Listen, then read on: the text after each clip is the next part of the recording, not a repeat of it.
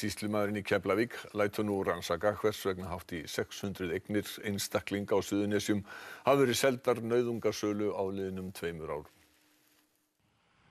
Mun algengara að fram fari nauðungarsölur á Suðurnesjum nú en áður. 264 eignir voru seldar nauðungarsölu þar á þessu ári og það annað árið í röð sem met slegið á þessu sviði á svæðinu. Í fyrra voru 280 eignir seldar og árið 2009 voru þær 98. Langflestar þessara eigna eru íbúðarhúsnæði, flestar í eigu einstaklinga eða fjölskyldna.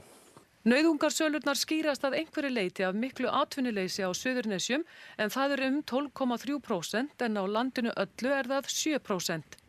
Athygli vekur að nauðungarsölum fjölgar á Suðurnesjum fyrir hrun því árið 2008 voru þær 115 en árið áður einungis 28 og enn færri árið 2006 þegar þær voru 10. Það náttúrulega ákveðin skýring á Suðurnesjum sem að snertir brotthvarf hersins. Það náttúrulega var ákveðið áfall fyrir þessi byggðarlög hér í kring þegar það átt sér stað. Annars vill svo til að það stendur yfir rannsókn á orsökum nauðungarsala á Suðurnesjum hérna á embættinu. Áttu von á því að það sé lát á þessu eða heldur þetta áfram? Ég ansi hræddur að þetta haldi áfram og það örugglega ekki öll kurl komið til grafar ennþá.